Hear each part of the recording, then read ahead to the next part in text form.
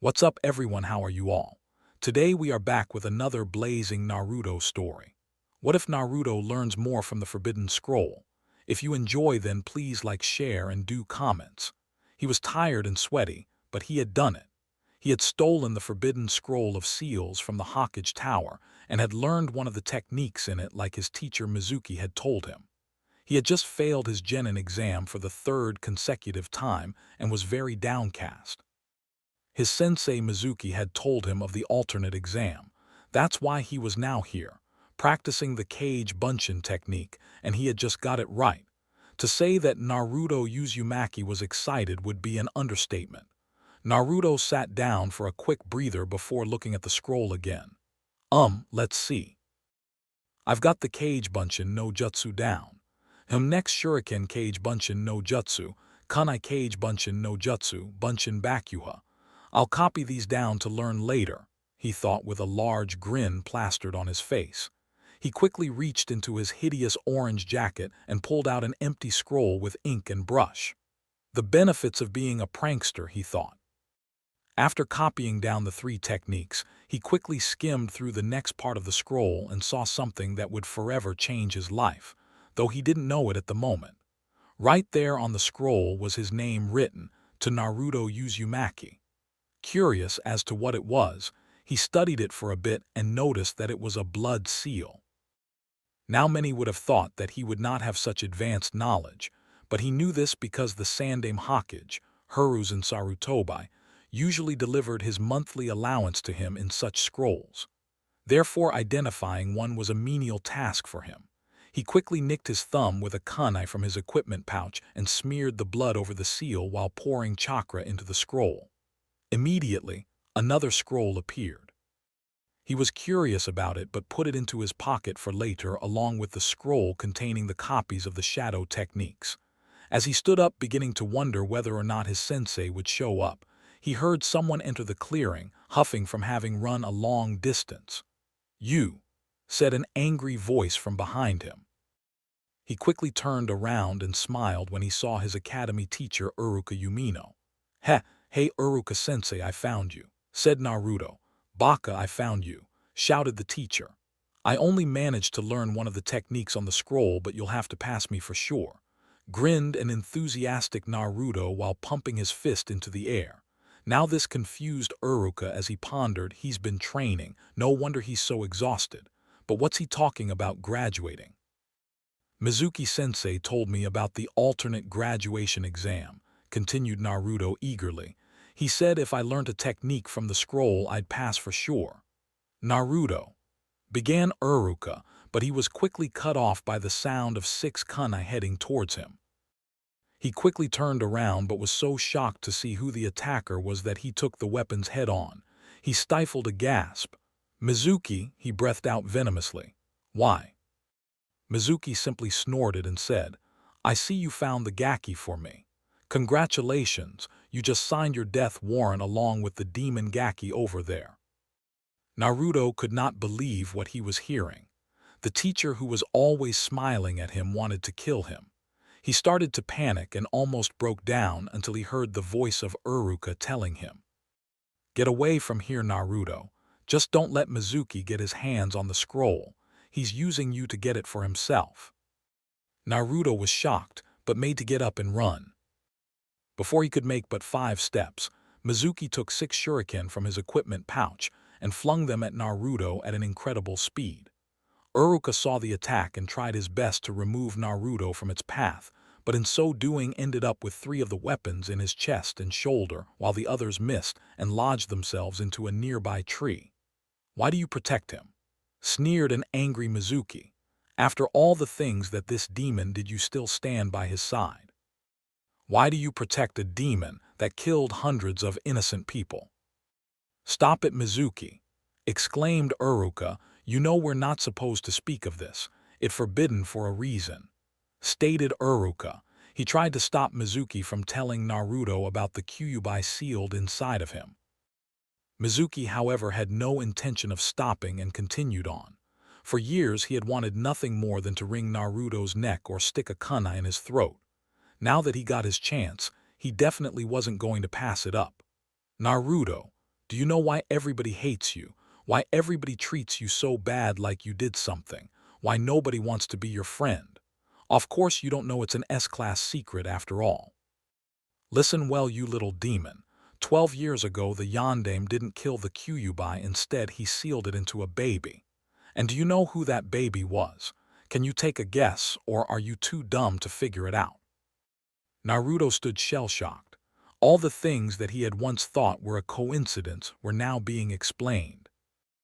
No wonder he always suffered the worst beatings on his birthday, October 10th, which was coincidentally the day the Kyuubi was killed. No wonder all of the parents told their children to stay away from him, and he was always alone. The Kyuubi was sealed inside of him. He was broken from his musings when he heard his other teacher shout out, "Please, Mizuki, stop it." But the cry fell on deaf ears as he continued on. "You were the one chosen to contain the Kyuubi. You are the nine-tailed demon fox." "No," thought Naruto, "am I really the Kyuubi? If that's the case, then maybe I should just die." Mizuki, seeing his chance, took a Fuma shuriken from his back and flung it full force towards the paralyzed Naruto while screaming out, "Dii!" "Nu!" shouted Uruka as he pushed as much chakra as he dared into his legs and was a blur as he sped towards Naruto. The next few moments looked like a blur to Naruto as he looked up after feeling a warm liquid fall on his face. "Why?" he stuttered out. "Why did you protect me?" Naruto was at a loss for words. He knew that Uruka cared for him as a student, but to go to such lengths was unimaginable to him, having never been shown such compassion. "I protected you because you're precious to me," he said. "You and I are a lot alike, Naruto. We're both orphans and pranksters at heart. We both grew up alone and ended up seeking attention in the wrong way. If only I'd seen it, how much you were hurt. Growing up alone, I could have helped you more because I've been in your situation. But I didn't, and I'm sorry, Naruto. From now on, I swear to protect you, Naruto, to help you as much as I can. Now, get out of here. Run as fast as you can towards Hokage-sama and explain everything to him." "Hi, Uruka-sensei," said Naruto with tears threatening to fall from his eyes. "Arigato for accepting me."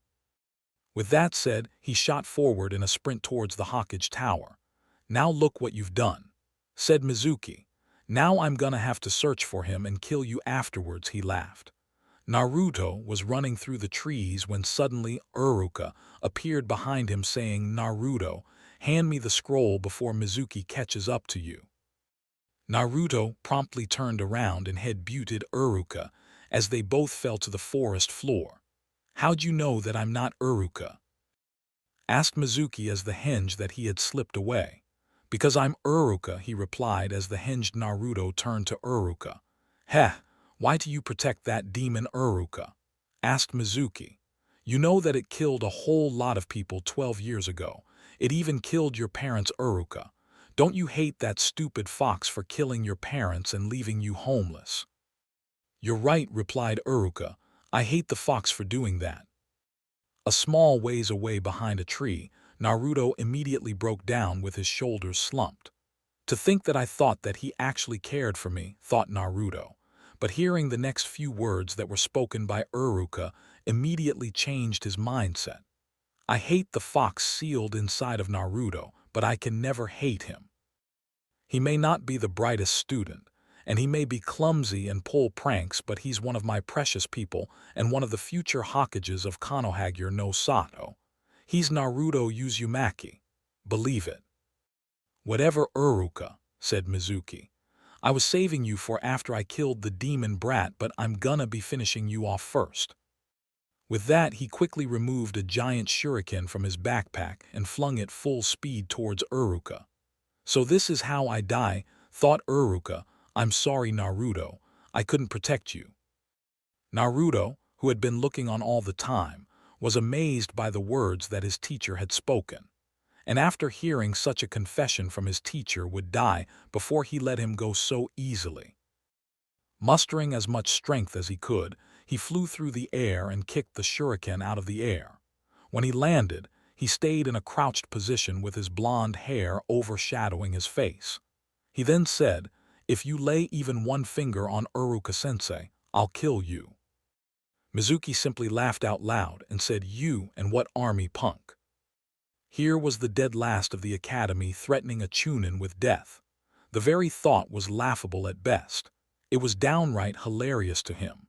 While being caught up in his own musings, he failed to notice the faint outline of chakra that began to seep out of Naruto while he prepared himself for his jutsu. He still continued to taunt Naruto by saying, "Tell you what, I'll give you a chance before I kill you." Naruto, not wasting any time, said, "Whatever you dish out, I'll send it back at you 1,000 times harder." Kage Bunshin no Jutsu. Numerous puffs of smoke later. A sea of orange was the only thing that could describe the scene before the two academy teachers.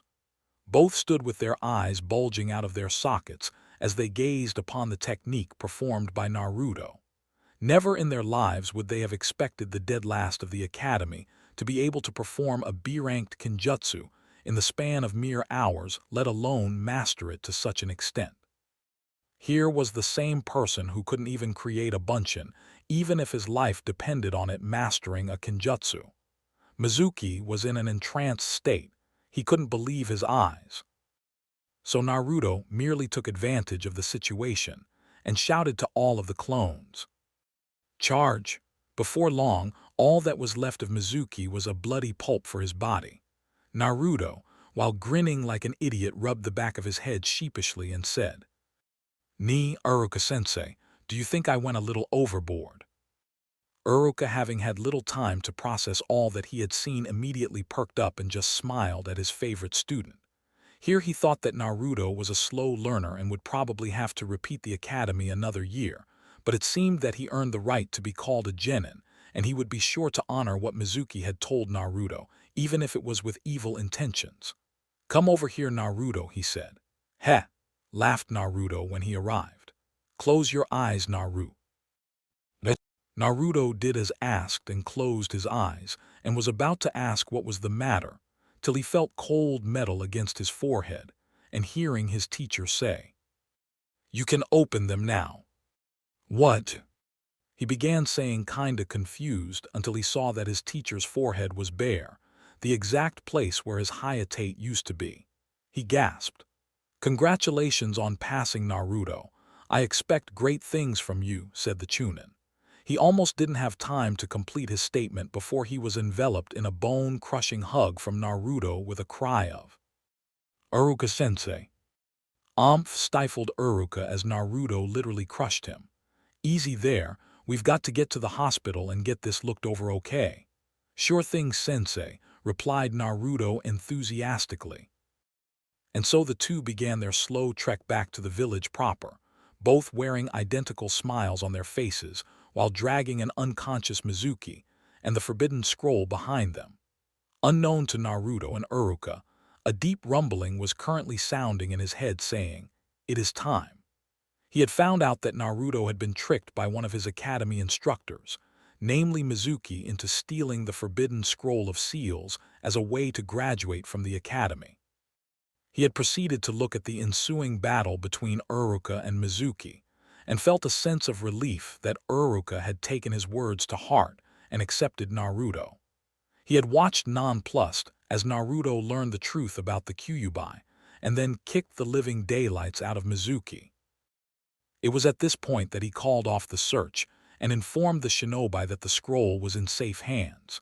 He continued to look as Uruka removed his headband and tied it around Naruto's forehead, and then continued on towards the hospital where Uruka was treated for his injuries. Which brought him to the present.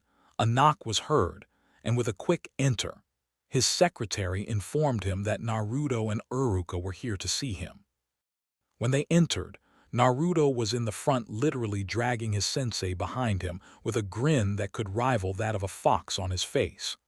"Oji-san," he yelled out as soon as he entered. "It's been a while, Naruto," Sarutobi said while maintaining an impassive face. This caused Naruto to smile even wider, and the elder Hokage finally gave way and let a small smile spread on his lips. "Please be seated," he said, gesturing with his hand. "We have much to talk about." And so began a recollection of the night's activities by Naruto, with Uruka adding in bits and pieces where necessary. Naruto, though, carefully omitted the parts where he received the scroll and copied the other techniques. After completing their tale, the Hokage just shook his head and chuckled deeply. You could always count on Naruto to provide entertainment in the village. Just earlier that day, he had painted the Hokage mountain and would have gotten away with it had it not been for Uruka finding him. It was still a mystery to him how Naruto seemed to outrun and outwit most of his Chunin, Jounin, and even the occasional ANBU sent on his trail. Now Naruto, I know that you stole the scroll, the Hokage began. At the mention of this, Naruto's face turned solemn. And I know that you found out about the Kyuubi stuck in your gut. At this the 12-year-old winced, but the Hokage continued on. But you should in no way believe even for a second that you are the Kyuubi. You are Naruto Uzumaki, proud genin of Konoha and shinobi in training. Get that through your head. You see, after sealing the Kyuubi into you, the Yondaime had one final request, and that was for the villagers of Konoha to see you as the hero that you are. His final wishes, however, were not fulfilled, hence the kind of life that you led. But don't worry, Naruto, we believe in you. He finished with a warm smile. At that point, Naruto looked up with tears threatening to fall for the third time that night. Here he was yet again being acknowledged by another person. Maybe, he thought, maybe I'm slowly getting the village to recognize me, to recognize that I'm not the Kyuubi but Naruto Uzumaki, even if it only began with 2 people. When he looked at the Sandaime, you could literally see the fire burning within him as he decided to prove his worth to the village. Seeing this, the Sandaime was content. He was happy to know that Naruto had at least found someone precious to him, and from the looks of things would do whatever it takes to keep them. So Naruto, asked Uruka, what are you planning to do now that you've become a genin? Well, after getting placed on a team, I'm gonna be training like there's no tomorrow so I'll be able to protect my precious people and the entire village. Then maybe someday, they will all accept me and I'll have an honest shot at being Hokage, answered Naruto. He said this with so much conviction that Uruka was surprised. The Hokage, however, had been expecting such a declaration and thought, heh, he's beginning to act more like you now, my friend. I just hope that I will be there to see him fulfill that dream. You would be proud of your son, old friend. A stifled yawn was what alerted both experienced ninjas to Naruto's state of tiredness, and with a simple nod from the Sandaime, Uruka excused himself, but not before informing Naruto that team placements would be taking place in 2 weeks' time, and that he should remove his ninja ID photo the following day. The Hokage himself personally sunshined Naruto to his apartment, where they exchanged goodbyes and Naruto promptly fell asleep. He promptly left to go back to his office, but not before writing something on some paper and placing it on the table, then going home to get whatever sleep he could. Naruto awoke with a start. He had just lain down to sleep and here he was already awake. It didn't seem logical to him. Besides, since when did he begin to think of things as logical? He slowly opened his eyes and tried clearing the cobwebs from his mind. When he did, he looked around him and noticed that he was in some type of sewer. Where am I? He thought.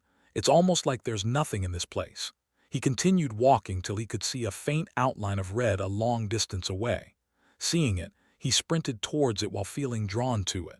When he arrived, he stood in shock for a short moment. To his front was a large cage with a red tint to it. On the center of said cage was a paper with the kanji for seal on it. He stifled a gasp and dared not breathe. Right in front of him was the very creature that he had learned of earlier in the night. He was at a loss for words until he collected his wits and said, "Kyuubi, I presume." The creature simply nodded its gigantic head. "So why am I here in my mind?" asked the curious Naruto. "You are here, mortal, because I called you while you were in your sleep," it replied. Naruto's eyebrows rose as if saying silently, "Really?" He then asked, "So what do you want of me? Cause for all intents and purposes, I know you to be an evil, death-loving, psychotic demon fox. But something doesn't seem right," he thought to himself. At this, the Kyuubi simply looked into his eyes, trying to find some semblance of fear or hatred. It was most surprised when all it found was confidence and an unbreakable will. So it began. I have called you here for many reasons, young one. The first of which is to inform you of why I attacked Konoha. The reason for this lies with those who wield the legendary Sharingan. The first of the Uchiha, Madara Uchiha, was the one who caused such devastation on the village that you hold so dear to you. Wait a minute, how can this Madara Uchiha be alive if he was the first to gain the Sharingan? Asked the confused Naruto. All will be explained, young one, continued the Kyuubi. You see, this Madara Uchiha was once a leader of the Uchihas. However, his greed and desire for power was what led to his downfall after killing his brother to obtain a higher level of the Sharingan, the Mangekyo Sharingan. After learning of what he did to obtain this power, he was almost exiled from his clan, and shortly afterward, he challenged the Shodai Hokage to a fight to determine who would be the leader of Konoha. He lost. Shortly after, he was exiled from his clan and vowed revenge on Konoha, even if it cost him his very soul. He wandered for many years and met the seven-tailed beast. He made a request to it, but it said that said request would only be granted it. He bested one of the beast's children in battle. He won, and requested immortality from the seven-tailed beast, which it granted. However, true immortality is even beyond the power of the tailed beasts, therefore he only got a limited form of immortality. True, he would never die of natural age, but extensive damage to the vital points and decapitation would be able to kill him. After this, he waited a few years before fulfilling what he had pledged, revenge on Konoha. He did this by seeking me out from my den. I refused to assist him in doing such an evil, especially to a country that had my blessings, and so he rushed towards my kits and mate in an attempt to slay them. He didn't succeed. I was overcome with rage and lashed out wildly after him. In my anger, I forget the abilities of that accursed eye and looked him right in it. While in his control, he tortured me with what you call genjutsu for some time before I was able to overcome it with my massive chakra. Once free, I almost went insane and followed him wherever he went. For days I searched for him, and he ultimately led me to Konoha, where I proceeded to wreak havoc and destruction upon everything in my way as never seen before. This all happened until the one you call Yondaime sealed me inside of you using the Shiki Fujin and Shishu Fuin. Even before he completed the seals, he looked at me and asked why I did such. I responded with a gut-wrenching howl, then said two words, Madara Uchiha. It was during that time that he saw the insane look in my eye and apologized for having to do what he did. In that time, he also asked that I watch over you, and that young one is what I've been doing since your birth. Yes, well, said Naruto, to think that the most destructive force that ever faced the shinobi world was caused by a human, and said force has been watching over me. You know, I knew there was something about you that was out of the ordinary. Why do you say this? Asked the Kyuubi. Because even if I was shocked when I came to the cage, there was no ill intent or malice or hatred coming off of you, replied the blonde. Interesting to think that he would progress so far in such a short space of time. He truly is his father's son, but it's not my place to inform him of this, thought the Kyuubi. You know, young one, you are only the second human that has earned my respect in such a short time, the first being the one who sealed me here. But enough of my babbling. The second reason I called you here is to make a request of you. It's been over 12 years that I have experienced the world. I'm not releasing you, said Naruto quickly before the Kyuubi could finish its statement. Even if I wanted to, and you may not be as evil as we all thought, I don't know how, but you have to earn your keep. The Kyuubi was amused by the display, so before any misunderstandings could arise it spoke again. You misunderstand me, young one. I do not wish to escape, I merely wish to experience the world again, see what you see, feel what you feel, hear what you hear, and so on. To allow this, simply tear off the bottom right corner of the seal on the gate. This will also allow me to speak with you and you with me consciously. In exchange, I will quicken a process that has already began that I'm sure you are aware of. I will also enhance your senses tomorrow to the highest level possible without excessive damage to you. You mean the fact that I can think and speak clearer, Naruto said matter-of-factly. Yes, young one. That was as a result of one of the four suppression seals that were placed on you at birth being broken. Each of these seals suppress some of your natural talent and abilities, hence the reason why you found it so difficult to listen to or learn practically everything. However, if you hadn't noticed, as long as you want to learn something you learn it quite quickly. Like the cage bunchin, he said. Yes, the Kyuubi replied. That is because you have a photographic memory, and it only displayed itself during times of tremendous willpower. The other suppression seals were placed for suppressing intelligence, chakra control, chakra, and your photographic memory. Now, I will remove these seals now as well as grant you something else when I deem you ready if you allow me to experience what you do. Sounds fair, thought Naruto, so with that in mind, he did as the Kyuubi requested. The changes will take effect when you wake up. The third and final reason that I brought you here is to remind you of the two scrolls that you have in your possession should be read as soon as possible. Also, I should tell you now that I will aid you in training, but only if you can find an additional use for the Kage Bunshin no Jutsu. Thanks a lot, Kyuubi. By the way, is your name Kyuubi or is it just your title? Asked the curious Naruto. It is but a title. My name as you put it is Hikari and I was once a guardian of the light. But that, my young friend, is a story for another time. It replied. Is that all? Asked Naruto. For now, yes. I'll send you on your way now, young one. Okay, said Naruto. By the way, said the Kyuubi as Naruto began to disappear, get rid of that atrocious orange jumpsuit, and I'm female. Ha ha ha ha ha. As he was disappearing, Naruto was flabbergasted at the final revelation that the Kyuubi had just given to him. That terrible force of nature that everyone thought was male was in actuality a female. There was as much truth in the statement hell hath no fury like a woman scorned. Re-eating, re-eating, re-eye.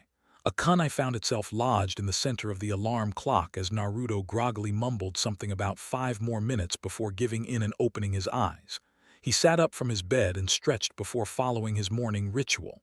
He then looked at the clock up on the wall and noticed that it was 7 in the morning. Why'd I get up so early, he thought to himself. It's not like there's classes today. Maybe I can go bother Oji-san. He thought with a light chuckle. Yep, it's settled. With that in mind, he had a quick breakfast of cereal and was on his way out the door when he noticed a note on the dresser. What's this? Looks like Oji-san's handwriting. So it read, Hey Naruto, just wanted to let you know that during the 2 weeks before you get placed in teams, you should train as hard as you can. If you need any help, you are welcome to approach me. Sarutobi. Naruto reread the note, then tucked it into his jacket and began his trek to the Hokage Tower. On his way, he was suddenly startled by a voice that said, You know, the Hokage is right. You should step up your training. If you do, then I will be able to hold up my end of the bargain. Kaiju Hikari, he asked. It is I, she replied. The Hokage has given you some good advice, and I would suggest that you follow it. I have had to hold back on enhancing your senses because it would cause too much of a strain on you. However, over the 2-week period that you have, you will be training them as they are enhanced, but you will first need some supplies. What supplies, Hikari? Asked Naruto in his mind as he continued towards the Hokage Tower, ignoring all of the glares and nasty words that were sent his way. You will need some shades, ear plugs as well as nose plugs. She replied, These will for training your eyes, ears, and nose. And don't forget to read those scrolls that I told you of as well as getting better clothing fit for a shinobi. Okay, I will, replied Naruto. And so he continued on his way to the Hokage Tower until it occurred to him that maybe he should have a wardrobe makeover before taking his ninja ID. With that in mind, he made a detour to the shopping district of Konoha and tried store after store, but was either refused service or given the worst goods at each one. Tired of it all, He almost gave up until he saw a small shinobi-only store that he had never noticed before.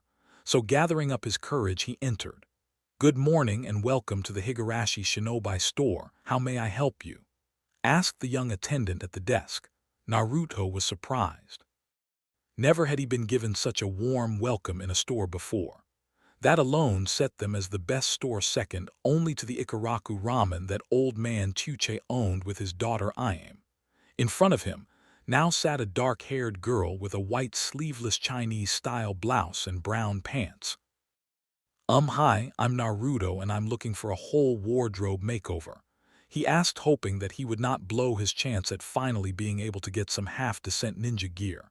"Well, Naruto, you came to the right place. The Higurashi weapons store is one of the best in Konoha. By the way, my name is Tenten Higurashi. Nice to meet you," she said while extending her hand out, which Naruto shook. "Okay. I think I'm gonna need a lot of help cause I've never really done this before," said Naruto shyly. "Really now?" said a deep voice from behind him. He quickly whirled around to face a tall man who looked to be in his late 30s, and if looks were anything to go by, then he was definitely related to Tenten. "Hi, I'm the owner of the store, Hiroshi, and Tenten's dad," he said, extending his hand for a handshake with a small smile on his lips. In his mind, however, an entirely different set of thoughts were being processed. So this is the one that the Yondaime choose to seal the Kyuubi in. Come to think of it, he does look a lot like him, I wonder. I'll have to have a talk with the Sandaime sometime soon. He was broken from his thoughts when his daughter asked, "Hey Dad, would you mind manning the cashier for a while? I'm gonna help Naruto pick out his clothes." "Sure thing, Pumpkin. Just ensure you don't do anything naughty, all right," he said at the expense of his daughter. Tenten swung her fist at her father, but he just held it in place while laughing heartily. "Come on, Naruto, let's go before my dad gets any more ideas," said an irritated Tenten. "Sure," he replied, not sure of what else he could say. And so they began their trek throughout the store past various weapons as Tenten babbled on about virtually every weapon that they passed until they arrived at the clothing department. "Okay, we're here. Now what exactly do you want?" asked Tenten. "I'm not sure, but I do know that I want clothing that will allow me to blend in, preferably black, dark green, dark blue, or red," replied Naruto. He was exited, to say the least. Who knew that clothes shopping could be this interesting without people pushing you out of the store or charging you 3 times the listed price for the worst products? Uh-huh. HMMMMMM, Tenten mumbled as she went along picking out clothes of various colors. After a few minutes of incessant mumbling by Tenten, she finally emerged with a large bundle in her arms, which she flung onto Naruto, who had a hard time keeping his balance until he finally stabilized. "Go try these on," she ordered. And that's how the next hour continued for Naruto, with him trying on different outfits and Tenten either voicing her approval or disapproval. In the end, he chose 12 different outfits of pants, form-fitting shirts and overshirts. 5 in black, 3 in dark red, 2 in dark green, and the others in blue. Out of the 12, he put one of the black outfits on, then was told, "Ask if they are able to insert a more in the vital areas," said Hikari. She had been looking at his choices, and she was not disappointed by his apparel. "Also, request 5 pairs of armored fingerless gloves." He quickly relayed these requests to Tenten, and after some searching returned with them. "Okay, I think that settles my wardrobe," said Naruto. "Now it's time for weapons." Before Tenten could even begin her long explanation of the different weapons and their uses again, he told her what he needed. "I'll need 5 dozen kunai, shuriken and exploding tags, 100 FT of ninja wire, 2 dozen flash tags, and 6 blank scrolls." His requests were quickly filled out, and before long they were ready to head back to the counter to pay for the items. On the way, the two continued to engage in small talk about different things, and it was here that Tenten learned that he was in her graduation class, but failed due to his inability to produce a bunshin. He also told her that he recently graduated and was waiting to be placed in his genin team along with their sensei. Naruto, on the other hand, learned that she had been in a team for almost a year now, and was teamed up with a stuck-up Hyuga and two spandex-wearing taijutsu freaks. Naruto roared with laughter at her description, but was informed that though they were weird, they made a great team. As they neared the counter, Tenten's dad, Orochi, couldn't help but smile when he saw the two teenagers enjoying their time together. It wasn't often that his daughter had the chance to enjoy company since she had so many duties as a kunoichi. Her time was limited. He almost did a double take when he saw Naruto, since he was now decked in full shinobi attire including the gloves and tape. He would definitely be a heartbreaker in the near future. "Hey Dad, we're done now," said Tenten as they walked to the counter. "Yeah, except I need some armor sewn into the others so they'll be more sturdy. And I also need some shades, ear and nose plugs," added Naruto. "Okay," Hiroshi said, "that should take about 4 days to complete. Would you like them delivered or will you pick them up?" he asked. "I'll pick them up," replied Naruto. "How much does it cost?" Hiroshi thought for a while, and before Tenten began to count the total, he smiled at Naruto and said, "Consider this a late birthday present for the hero of Konoha." Naruto was stunned. He had rarely been given anything for free in his life, and whenever it was given to him it was to cause some sort of harm, apart from what he received from the Hokage and old man Chuche. But then he remembered the last statement for the hero of Konoha and smiled a genuine smile. Tenten, on the other hand, stared open-mouthed at her father. Her father never gave something away for free. Not even the Hokage got that privilege. So for him to give away so much to Naruto, there must have been something behind it. And what did he mean by the hero of Konoha? After saying thank you to the father and daughter many times, he finally left with everything except the clothing and his orange jumpsuit. Speaking of which, as soon as he removed it, Tenten quickly took it and burned it faster than he could react and waved him a victory sign. Finally, the orange monstrosity was destroyed, although there were 3 identical sets at his home, but alas, they would meet a similar fate. While leaving the field to see the smile located on Hiroshi's lips as he stared at his back. "One day," he said lightly to himself, "one day you'll show them all." Although it was spoken to himself, it didn't stop his daughter from hearing, which only served to increase her curiosity in regards to the blonde, blue-eyed shinobi. As he was walking home, he sighed as he remembered that he had to take his ninja ID today. About to quicken his pace, he thought of something and quickly dropped his packages and made a cage bunshin and told it what to do. With a cry of Asu, it grabbed the packages and made its way to the house. The real Naruto, in the meantime, continued walking to the Hokage Tower to remove his picture for his ID. On the way, he failed to notice that the usual glares that he received were not as many. There were actually some looks of surprise, awe, and was that a young girl drooling while staring at him.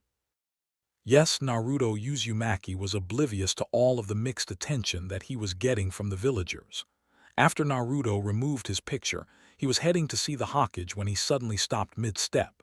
He thought, how come I remember going home and placing my supplies there while I was getting my ID set up?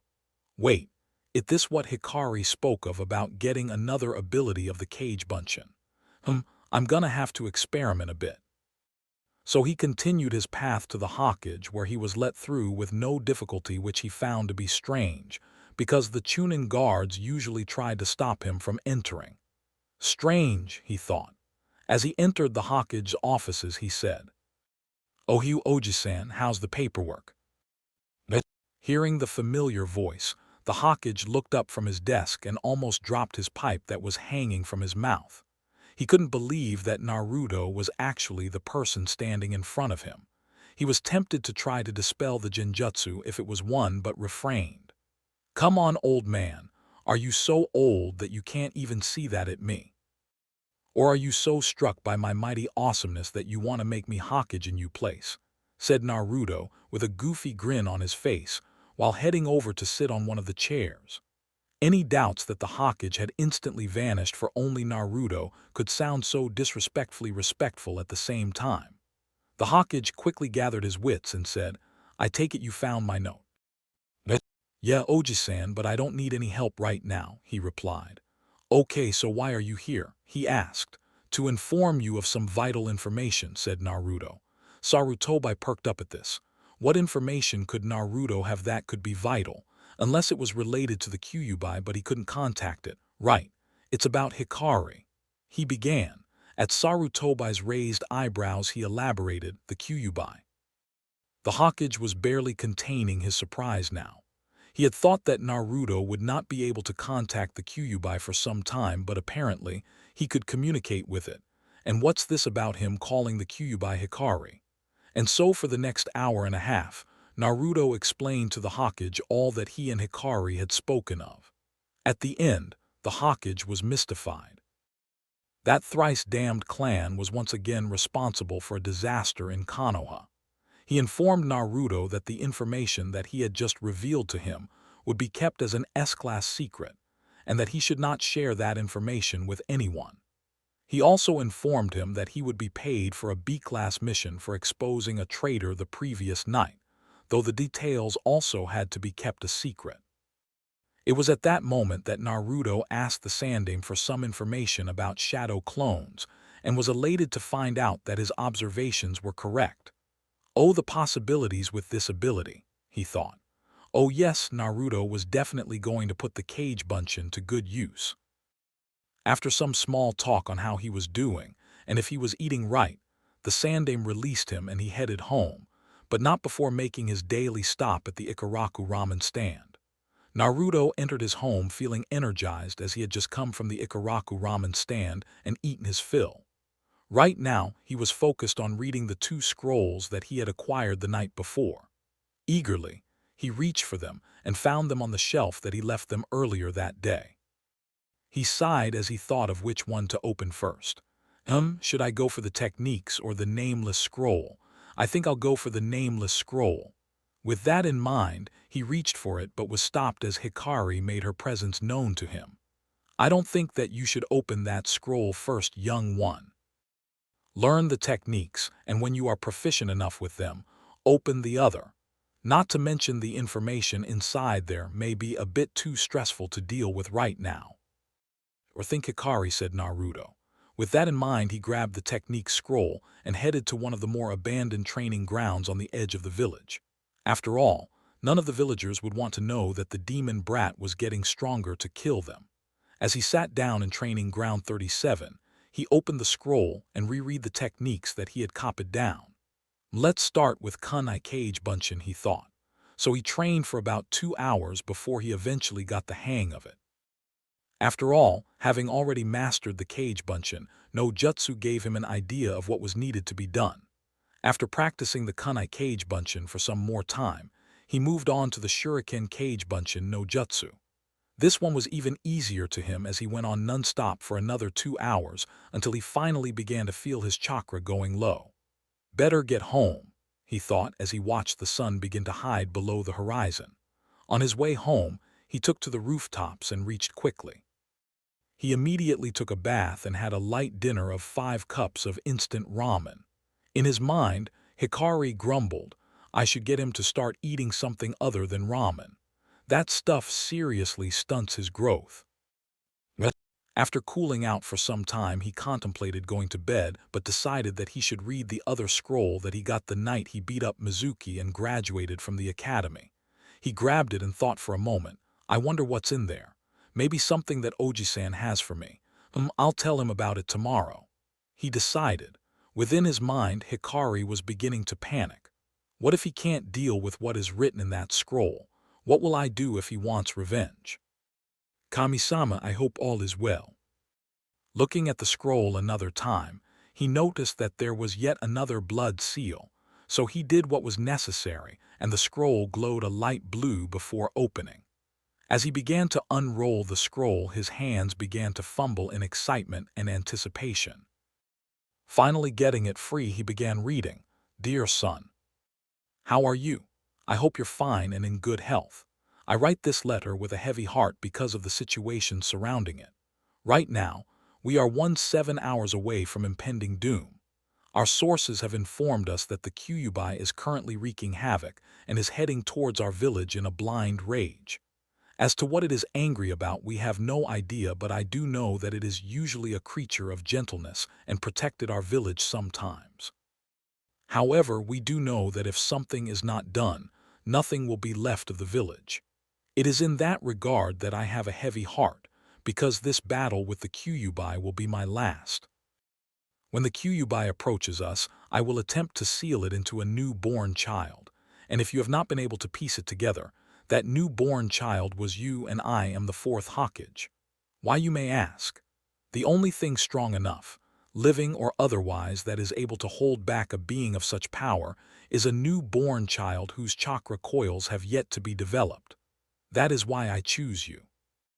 Even if there were other available children, what kind of Hokage would I be if I was unable to use my own child but could use someone else's?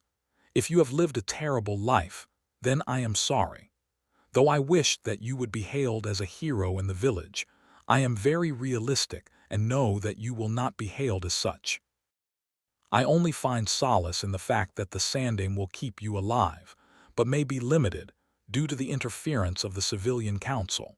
I asked Sarutobi that your heritage be kept a secret from you until he deemed you ready, willing, and able to face the truth. Not even the council knows of your parentage, though my teammates may be able to piece it together. I also want you to refrain from taking on the Namikaze name until you are able to hold out against my Jounin instructor at full power for at least 1 hour. His name is Jiraiya, and he's one of the Sannin. I want you to know, Naruto, that both your mother and I love you very much, and would fight death if it was possible to be with you. However, we are unable to because I died sealing the Kyuubi into you, and your mother died shortly after giving birth to you. Don't you dare think for a moment that you caused our deaths. Just remember that though we are gone, you will always have a special place in our hearts. Now on to something that has been 9 months in the making, our special gift to you. A training schedule designed by your mother and I during her pregnancy, sealed below. Along with this, you will also obtain all of our techniques, including my famous Hurishin. I have also included some things and information that I think might be useful to you. These, along with whatever else you pick up along the way, will aid you in becoming a great shinobi. Naruto. Do us proud and learn well as you earn your name through the shinobi world, as did your mother and I, Konoha's Raging Storm and Konoha's Yellow Flash. Live life to the fullest, son, and make us proud. Your loving parents, Minato Namikaze and Kushina Uzumaki Namikaze. Naruto had just awoken. He stretched while sitting up on his bed and was about to do his morning routine when Hikari called to him. In response, he found himself within the confines of the cage that kept her. "Hello, Naruto. Slept well?" she asked. "Yea, like a rock," he replied. "But enough of that. Why'd you call so early in the morning? It's barely 5 in the morning." He said while yawning. "I called you here because it's time for your training." At this, his herd perked up and his interest was piqued. "You remember the suppression seals that I told you have been placed on you?" she asked. At this, he nodded. "I will be removing them while you are here, all 4 of them. This is because the amount of pain will be high and you do not feel any pain while in your mindscape." Naruto's mouth made an invisible O after hearing this. "I also wanted to inform you that I saw what you read last night and heard your thoughts. And yes, I can read your thoughts.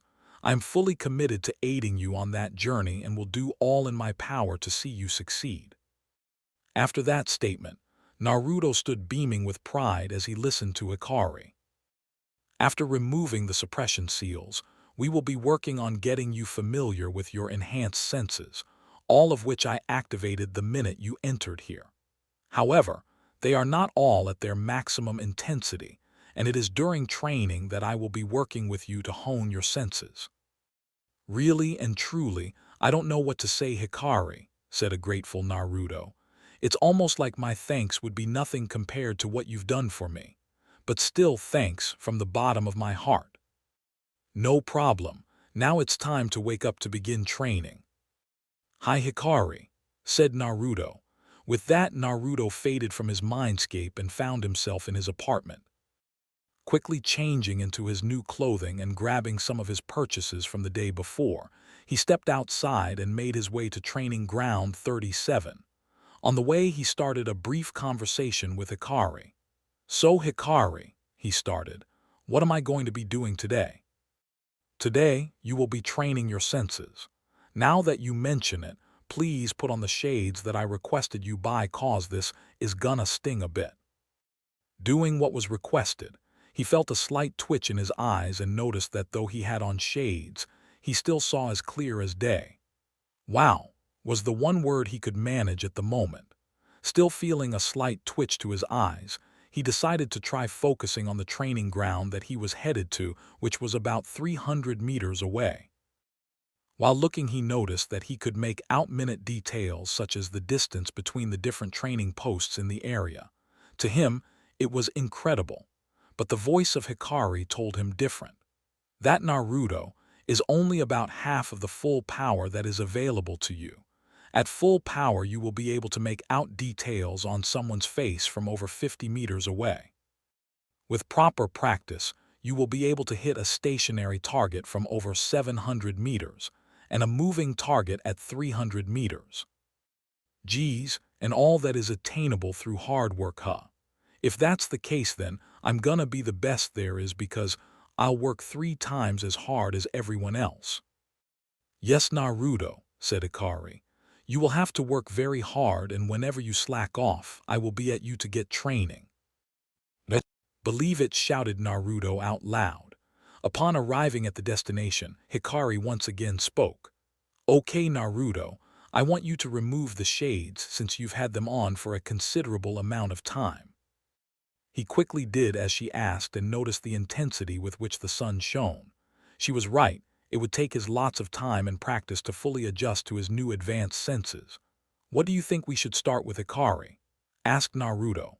"Begin with 25 laps around the training area, 100 push-ups, sit-ups and squats, 100 punches and 100 kicks.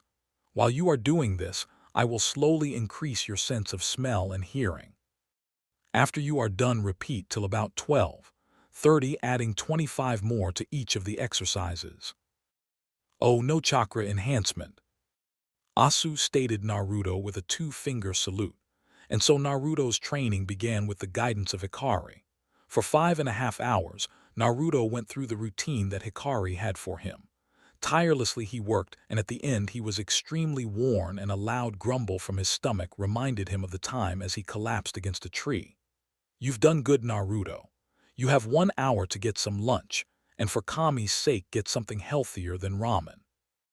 Not in a position to do anything but agree, he went into town and made his way to Ikaraku ramen stand. Once there, he ordered a healthy lunch and sat in silence as he ate slowly, too tired to engage Aim in conversation. Finishing up his lunch as quickly as possible, he headed back over to the training ground and sat down against a tree for a quick nap, mentally asking Hikari to wake him at the appointed time. 35 minutes later, he was awakened by Hikari and informed that he should continue his exercise from the morning. And so he continued until he dropped down tired and huffing from lack of air 6 hours later. "You did good today, Naruto.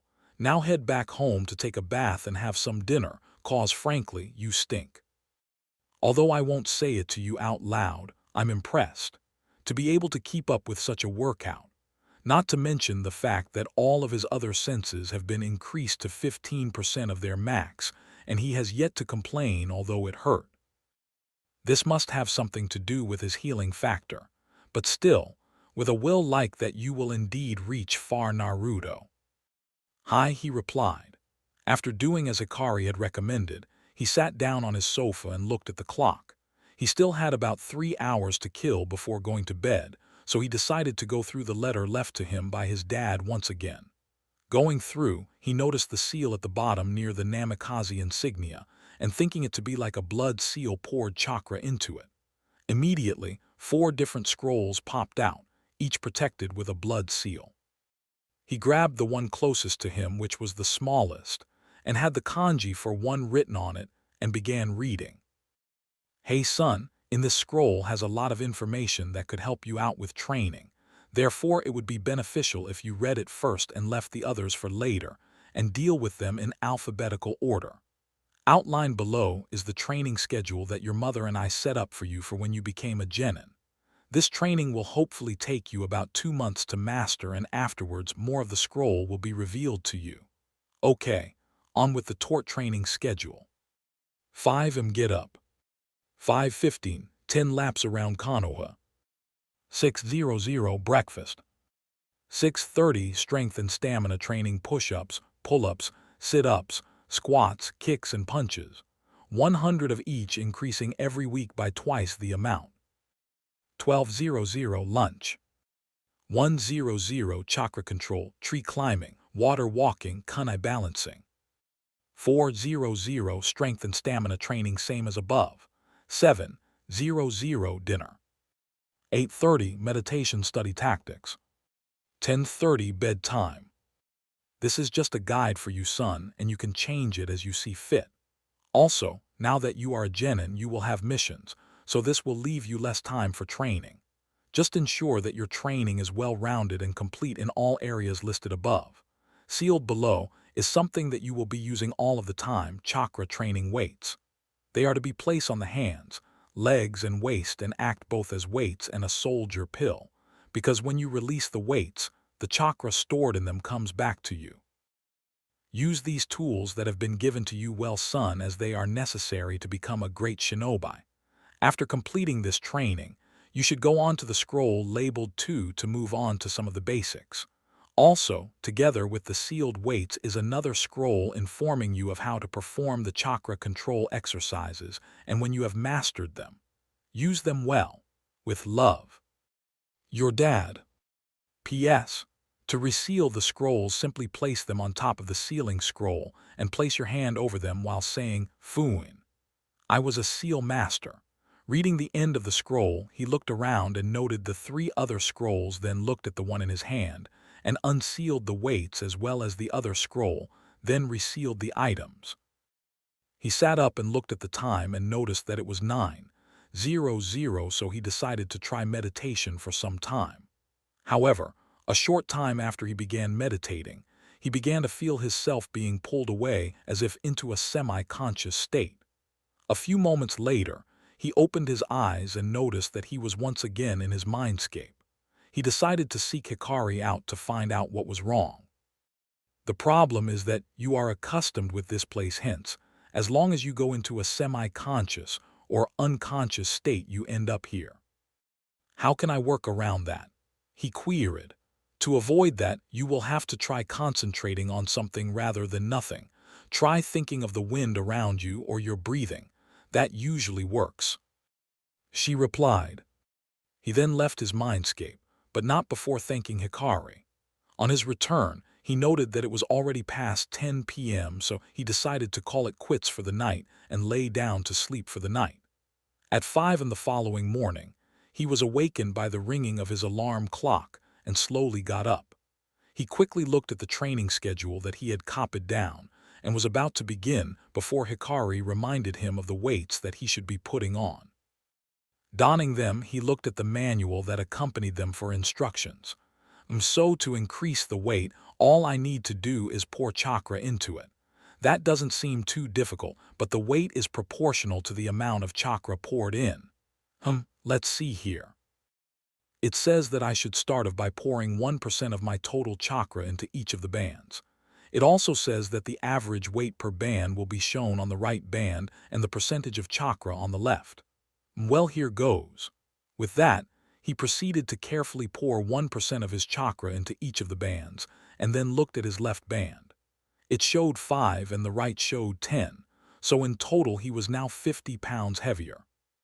He was then given the okay to proceed on his schedule by Hikari, and off he went. That's how his training went for the next 2 days. He followed it strictly, and at the end of the first day, he could walk halfway up a tree before falling back down. When he had questioned Hikari about it, she had informed him that even if she had released suppression seals on his chakra control, she had also released the ones on his chakra. Therefore, he would have to work even harder to get his chakra under control. After finding this out, He had thrown himself wholeheartedly into his training. As the day came to a close, he was reminded by Hikari that he had no study material at home, so he made a detour to the library on his way and used a henge to enter, something that he had never thought of before. As he made his way to the shinobi section of the library, he found many interesting books on history, weapons, and even physics and mathematics. In the end, he borrowed 5 of the 7 books that he had removed from the shelves and would have to return them in 2 weeks' time. Perfect, he thought, just enough time for me to complete them. He quickly made his way home, and after having some dinner, he began reading one of the books titled Shinobi Tactics 101. After reading for about half an hour, he suddenly thought, now would be a great time to test out my Kage Bunshin. So he made 4 of them and promptly set them on the remaining books that he had. 2 hours later, he had finished the books and dispelled one of the clones. After taking a short amount of time to sort out the information as he received it, he jumped up while screaming out, "Yada! It worked!" while doing a goofy dance with one of his clones. He urgently dispelled the remaining clones and was treated to a headache the size of the Hokage monument. He almost screamed out in pain, but just endured it. A short while later, he went to bed for the night. The second day was almost an exact replica of the first, except this time he got to the top of the tree, but could only stay there for a few seconds before falling off. He also returned the books that he borrowed the day before and took 5 books again. This time he wanted to meditate while his clones handled the studying. On arriving home, he showered, had dinner, and then set his clone up to studying while he once again tried meditating. Sitting in the lotus position, the thought back to what Hikari had told him and tried focusing on taking deep, steady breaths of air. To him, the first few minutes passed by without incident, however. In reality, over an hour had gone by. A while later, he began to feel a calm descend upon him that he had never known before, but before he could stay that way, he was disturbed by a clone suddenly dispersing itself. When he opened his eyes, he noticed that the other clones were staring at him, open-mouthed with their eyes wide. When he asked what happened, one of them just dispelled to give him the information. He was startled, to say the least, by the information that he received. While he was meditating, a steady stream of chakra was being expelled from his body, and it seemed that it had just been hovering over him like a big bonfire. The only reasoning that he could come up with was that his chakra control needed more work, so he decided to work even harder on his control the following day. He woke up on the 3rd day of his training and quickly went through his early morning exercise before breakfast. After his run, he decided to have a chat with Hikari. "Hey, Hikari." "Yes," she asked. "Do you have any idea why I don't feel the effects of the weights anymore?" "Your body is simply adjusting," she replied. "In that case, I guess I better increase them again, huh?" "Yes," she replied. With that said, he began to pump some more chakra into the weights until he felt himself being pushed to the floor. When he looked at the left band, he noticed that it showed while the right showed 25. Finally finishing his breakfast, he continued to do his morning tasks as he headed to Training Area 37, where he trained until noon. He then headed out to lunch and ordered takeout. While walking, he ate a quick lunch and was en route to the Higurashi Shinobi store where he was supposed to pick up his clothing today. On entering, he noticed Orochi at the counter and said, "Konnichiwa, Orochi-san, how's the store today?" The older man smiled and said, "It's okay so far. I'm guessing that you are here to pick up your order from a couple of days ago." "Hi," replied the young man. "Well then, it's all packed up and ready for delivery," responded Orochi. "Arigatou gozaimasu, Orochi-san," said Naruto with a short bow. "No problem, Naruto. Just ensure when you're Hokage you inform the ninjas that this was where you got your equipment," he said jokingly. "Believe it," said Naruto. With that, he picked up his clothing and was about to leave, but then turned and said to Orochi, "Orochi-san, could you say hi to Tent-san for me, please?" "No problem, son," the man replied with a small smile. With that, Naruto turned around and headed home to drop off his purchases. then went back to training ground 37 to continue his training. 1 week had passed since Naruto had picked up his gear from the Higurashi Shinobi store, and in his opinion, his training was going great. Already he could see some of the result of his training. After the first week, he could run the 10 laps around Konoha with his weights on in less than 45 minutes, and he had now increased his strength and stamina workout by 4. Chakra control was another area that had seen significant improvement. He had completed the tree climbing exercise on the 3rd day and mastered it on the 4th. From then, he would make about 50 kg bunchin at the start of every training session to train his tree climbing while he moved on to water walking, which he learnt and mastered by the 9th day of training. He used the same method as he did with the tree climbing, as he was of the firm conviction that using cage bunchin to learn something new other than reading was cheating. And the only reason he used it in reading was because he was cheated of his opportunity at the academy in his early years. His weight training was going well, and was now feeding 17% of his total chakra into the weights. The weights average out at 40 pounds per piece. In his opinion, one of the best features of the weights was that all it took to disable them was a mental command. It was very effective. Above all of the others, however, his studies were what excelled the most. Having never experienced the wonders of knowledge at a younger age, he threw himself into it, and with his photographic memory, his task was just made easier. His meditation also progressed well, as he was now able to control his chakra while meditating at an adequate level.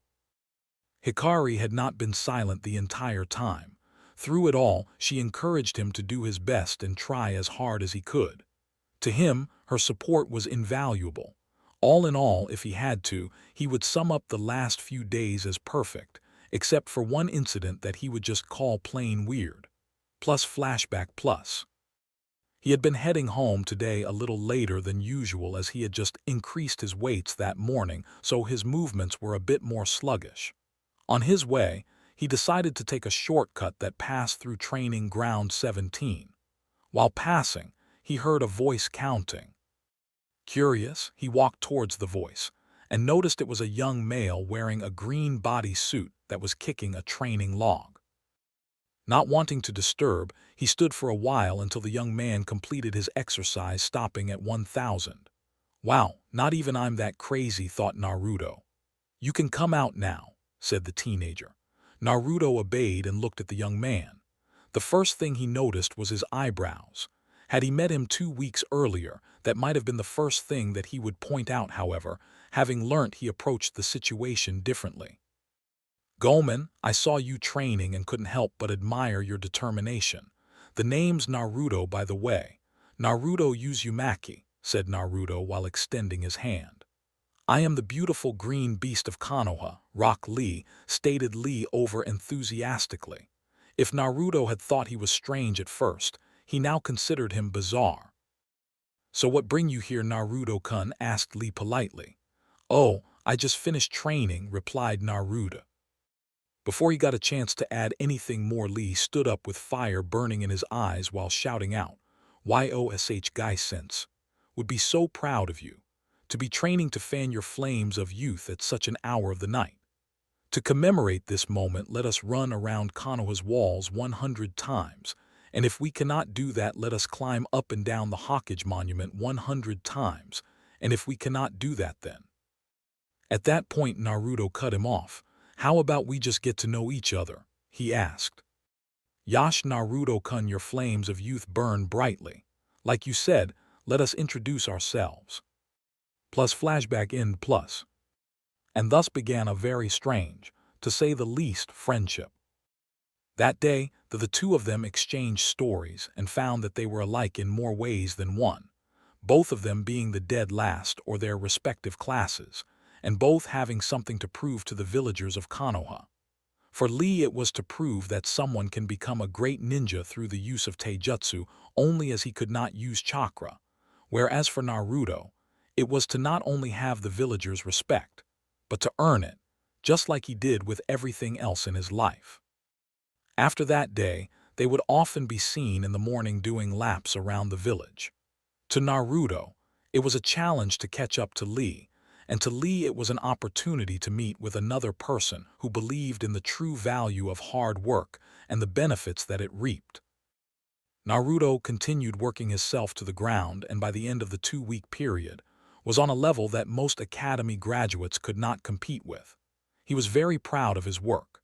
Hikari was also proud of him, as she had increased his senses to their full capability during the 2-week period, and the most he ever did was to flinch. He only hoped that, when his parents looked down on him, they smiled at him and his achievements. To him, that was more important than anyone else's opinion of him. The 2-week waiting period was finally over, and most of the academy graduates were running about doing various things. A shrill ring was heard, and the students all headed to the entrance of their classrooms to take roll call. Uruka had been having a bad day. No, bad would not justice to the situations he had been exposed to over the last few hours. To start things off, he had woken up extremely late, as he had been depending on his alarm clock to awaken him since he had been up late last night reviewing and finalizing the teams together with the Hawkeye. If that had been the end of it, he would be okay. But no, Kami just had to decide to punish him for all of his bad deeds today. When he went to take a shower, nothing flowed out of the pipe, not even a trickle of water. Kami, he hated it when that happened. So armed with a pipe wrench and screwdriver, he headed to his basement to see what the problem was. 30 minutes later, he came back up tired, but happy as the water seemed to be working again. He smiled as he entered the bath for the second time that day, only to find out that the hot water was out when he opened the pipe yet again. So with as much haste as he could, he took a bath and came out teeth chattering like he was trying to send a message in Morse code. He had quickly made his way to the academy to try and avoid disaster, but on arriving he found out that 2 of the 7 teachers were absent. It seemed like today was definitely not a good day for him, he decided, as he sat down at his desk in room 201, with both his hands on his head. This was the scene that many of the shinobi in training were greeted with, an irritated Uruka at the start of the day, though most of them seemed oblivious to his current state of distress. Naruto had been in conversation with Hikari during the 2-week vacation that he had. They had constantly been planning things that he could use for his training and had been working on having him keep his emotions in check better. One look at the old Naruto, as they had dubbed him before his transformation, would have given away everything to the world. Now, he schooled his features all of the time. No longer would he be known as the ramen-obsessed, careless, and not to mention blonde-haired freak. It's not that he was ashamed of his blonde hair, quite the opposite in fact. It was simply because he had reminisced on his life with Hikari, and they had come to the conclusion that he used to seek attention in the wrong manner. No longer would he prank people uselessly. He wouldn't stop, mind you, just not without the aim of exposing some weakness to someone. After seeing what a balanced meal did for him in the first week, he had decided to continue in a similar fashion, and had studied many books detailing different aspects of the culinary arts. He had also taken up a hobby that he enjoyed with Hikari, playing shogi in his mindscape. He had been the one to suggest it, and had taken to it quite well. After losing to Hikari 32, he chose to read up on some more strategy books that were at the library detailing the First and Second Great Shinobi Wars among others to up his skills. The results were instantaneous. Although he didn't win the next game they played, because no amount of studying can make up for thousands of years of experience, he did put up a good fight, and Hikari had to actually apply herself to win. There were even a few times where she was so cornered that they ended up spending more time than anticipated on strategy. At present, the score stood at 48-9, an admirable feat that he was proud of. She had suggested that he buy a board and have a game with one of the members of the Nara clan, as they were renowned as some of the best strategists. He readily agreed, knowing their history. As Naruto made his way to the academy along the rooftops, he thought back to an interesting meeting that he had with the Sandaime earlier that day. Plus flashback plus. The Sandaime had summoned him to his office that morning wanting to inquire as to how his training was going. He had quickly given him an explanation of what he had learned, from who was his father, to the training schedule that he was currently following. The Sandaime was shocked by the information, and informed him that he should not inform too many people who his parents were because of the number of enemies that he had both inside and outside of Konoha. As he was about to exit the Hokage office, a voice was heard saying, "I've got you now, old man, that hat will be mine today." While waving a blunted kana in the air, the Hokage sighed exasperatedly while saying, "Konohamaru." This had to be the 7th time this week that he had tried to attack him. It seemed that the attacks were getting worse as of late. 5 steps away the Hokage's desk, the kid's face was suddenly reintroduced to the floor. He clumsily stood up while brushing himself off and turned to face Naruto while pointing an accusing finger at him and said, You're the one who tripped me. Say you're sorry." Naruto looked at him, then thought of teaching him a lesson but decided against it. He simply said, "You tripped over your own feet, kid," before turning away. Konohamaru, not one to usually be denied attention or respect, shouted, "Hey, don't you know who I am? I'm Konohamaru Sarutobi, the Hokage's grandson. Say you're sorry or face his wrath."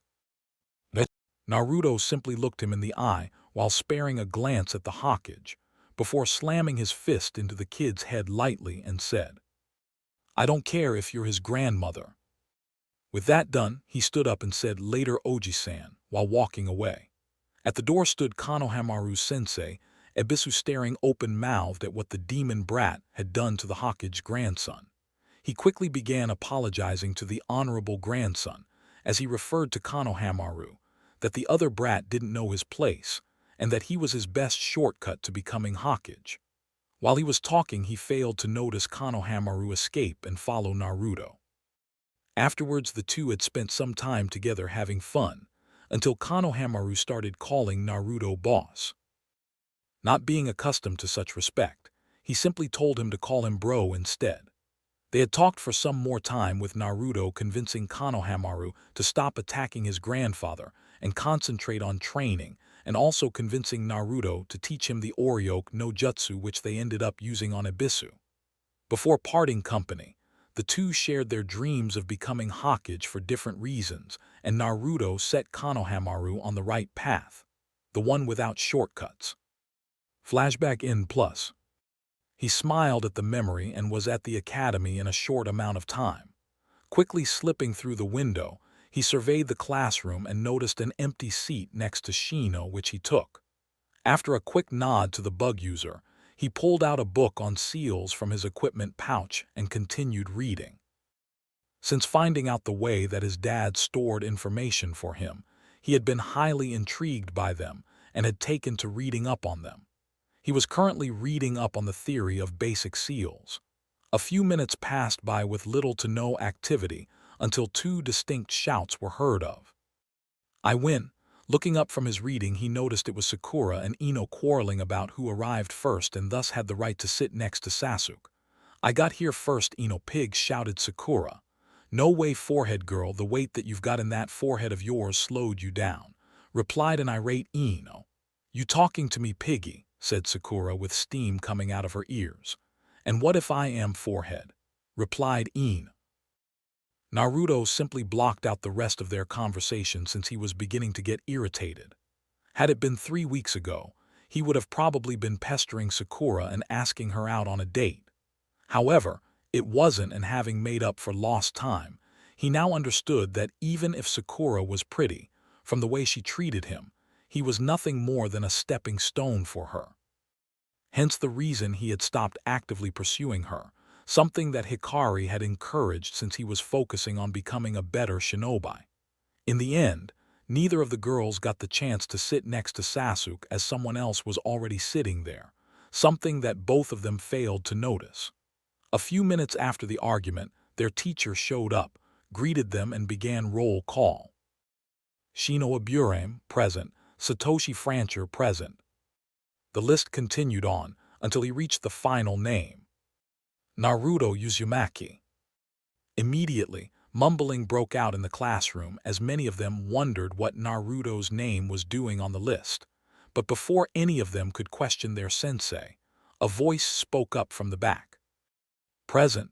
At this, most of the students turned back to find the source of the voice and saw someone decked in a black ANBU-style pants, a dark red muscle shirt with a fishnet shirt over it, as well as bandage wrappings going down from his legs to a pair of black ninja sandals. He also had a pair of fingerless gloves with the leaf insignia engraved near the knuckles. His hayate was placed on his forehead and stopped his blonde locks from covering his face as they stuck out at odd angles. To complete his look, a small smile graced his lips as Naruto stared at the rest of the class openly gaping at him. A few of the girls even blushed after looking at him for some time. None of them, however, compared to Uruka, as he stared eyes wide and mouth open at the transformed Naruto. The clipboard that he had in his hand had long since fallen to the floor when he saw Naruto. After composing himself, he couldn't help but smile warmly towards his favorite student as he picked up his clipboard and marked Naruto as present. Before he could continue on with his class, Sakura raised her hand and asked a question that had been on her mind for some time now. "Ni Uruka-sensei," she began, "how come that idiot Naruto is here right now? I thought this class was for graduates only," she said, voicing the general opinion of most of her classmates. Uruka glared at her and replied, "He is here because he passed an alternate graduation exam that was considerably harder than the normal one. It would do you good to remember that." He finished off with a smile as he remembered the way that Naruto stood up for him. "Continuing on," he said, "you all are now shinobi, and as shinobi, you are to protect your village and teammates to the best of your ability. The will of fire that our villages teaches so much about is burning brightly in each of you, and you should never allow that fire to die. As you go into the world doing various missions for the village, you should be proud of whom you represent, the Hidden Leaf Village. Though at times they may be more than you can bear, and the struggles may prove difficult, wear your hayatates proudly as you show the world the power of the hidden leaf. Remember, though the tree that is Konoha may grow old, its roots will always be there as you are right now, and like a phoenix will rise up from the ashes, stronger than ever before." At the end, not a single student was asleep or inattentive. They had never thought that their sensei could say anything with such a passion. The sensation that they felt was exhilarating. Even the Jounin senseis at the Hokage Tower, who had been looking at their prospective students, were stunned by the speech that Uruka had given. "Now for the team assignments," said Uruka. "Though you may not know, during your time as genin, you will be placed on 3-man teams. The people that you are teamed up with as genin may remain with you until you become jounin and even after. Hence it is good for you to have great relationships with your teammates." Moving along, Team 1 consists of Satoshi Francher, Brangle Phineas, and Kayla John. Your Jounin sensei will be Hayate Geku. Team 2. This continued until he reached Team 7. Team 7, Sakura Haruno, Sasuke Uchiha, and Naruto Uzumaki under Kakashi Hadake. Team 8, Kiba and Yuzuka, Hinata Hyuga, and Shino Aburame under Kurenai Yuyuhi. Team 9 is still in circulation from last year. Team 10, Ino Yamanaka, Shikamaru Nara, and Chaogia Kamichi under Sarutobi Asuma.